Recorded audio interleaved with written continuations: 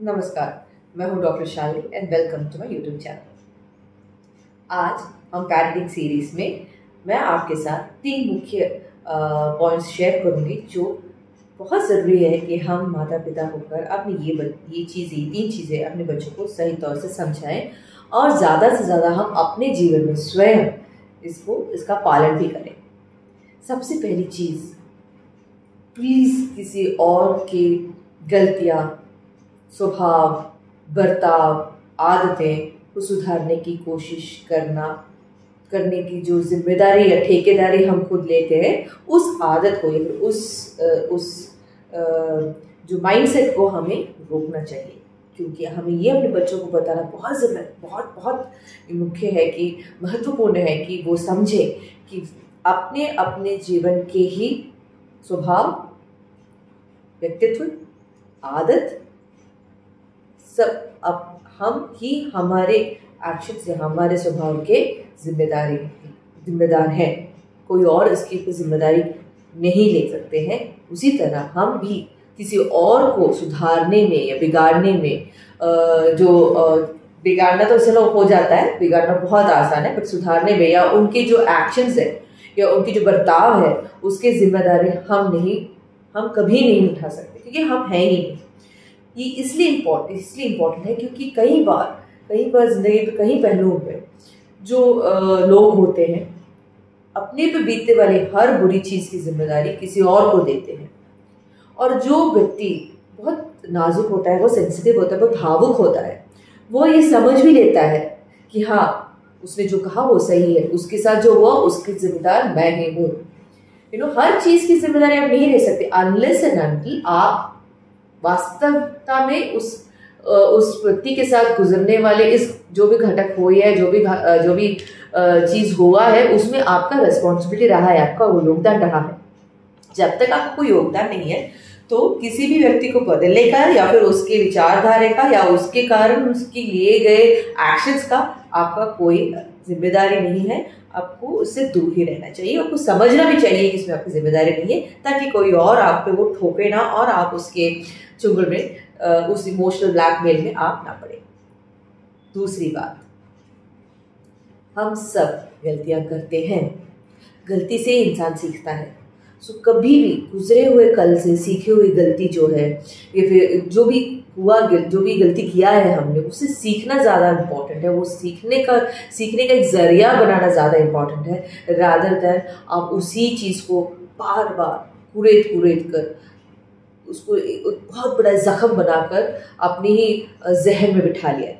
तो ये as a parent भी आपको ज़रूरी है कि आप अपने बच्चों की जो गलतियां हैं वो आप काफ़ी हद तक सुधारने की कोशिश की, और एक बार सुधारने के दौर पे जब बच्चा चलना शुरू हो जाए तो उस चीज़ को बार बार कुरेद कर याद ना दिलाएं।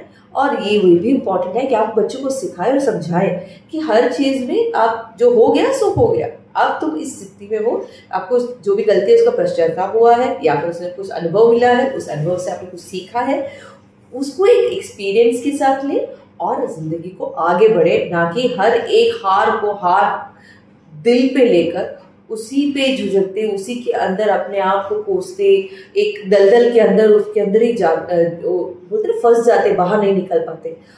उस टाइप के जो एक्शन को हम इसी तरह अवॉइड कर सकते हैं कि अगर हम उनको समझाएं और बताएं जो वास्तविकता है, जो गुजर गया वो गुजर गया, अभी जो रहना है वो आज रहना है और आगे रहना है।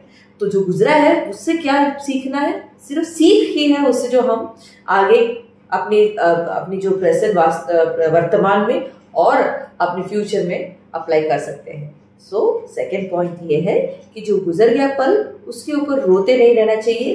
जो गुजर गया सो गुजर गया, लेकिन जो आने वाला पल है और जो पल चल रहा है उसमें उस गुजरे हुए पल की जो भी अपनी शिक्षा सीखे या फिर जो भी चीज़ सीखा है, समझा है, उसको अप्लाई करके आगे बढ़ना चाहिए। और हमेशा दिल और दिमाग से जो भी घटित चीज़ में से अच्छी चीज़ें सोचकर आगे बढ़ने में ही हमारी समझदारी है। ठीक है। और सबसे मुख्य है तीसरी बात यह है कि हम सबको खुश नहीं कर सकते। ये किसी को कोई भी बड़ा इंसान हो, छोटा इंसान हो, अगर देख लिया जाए, हम किसी को भी, सब इंसान, कोई भी, सभी को खुश नहीं रख सकते। वो जैसे मैंने कहा, वो हमारी जिम्मेदारी नहीं है। हम बचपन से इस बच्चों को सिखाते हैं कि सबका ख्याल रखना चाहिए, सबकी इच्छाएं पूरी करनी चाहिए, अच्छी उनके मूड के हिसाब से बदल कर उनको चलना चाहिए। ये सब नहीं करना चाहिए, क्योंकि वो इतना दबाव पड़ता है। हम खुद उस दबाव से गुजरे हैं, हम खुद समझते हैं कि कितना दबाव है हमारे ऊपर, हम किसी और को सोचे हमसे बड़े किस तरह से बिहेव कर रहे हैं, उनका वो जो बोल रहे हैं उनको खुश करना है, हमें पसंद नहीं हो तो भी उनके लिए वो करना है। इसकी कोई ज़रूरत नहीं है।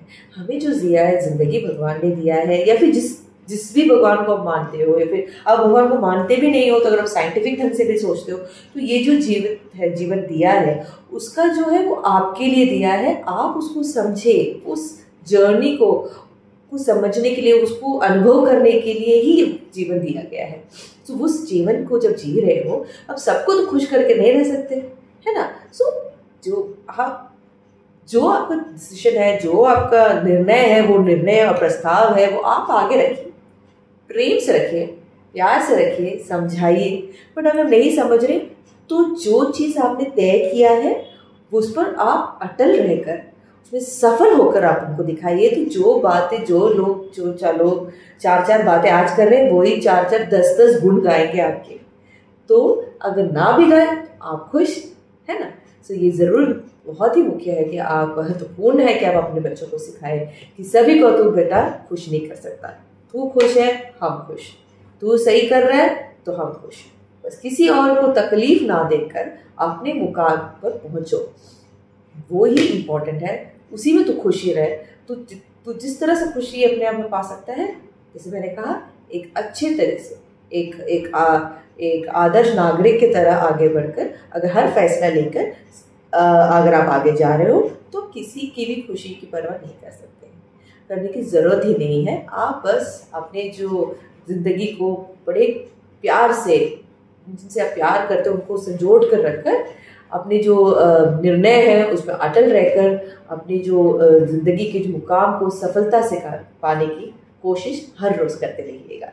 मैं उम्मीद करती हूँ ये 3 चीज़ आप अपने बच्चों को बताएंगे। ऐसे और भी छोटी छोटी चीज़ें हैं जो मैं दूसरे वीडियोस में बताऊँगी पेरेंटिंग में। एंड तो जब तक अगले वीडियो तक पहुँचते तक, फिर से मिलने तक, धन्यवाद। अपना ख्याल रखिएगा। अगर पसंद आया तो प्लीज़ लाइक, शेयर और सब्सक्राइब कीजिए।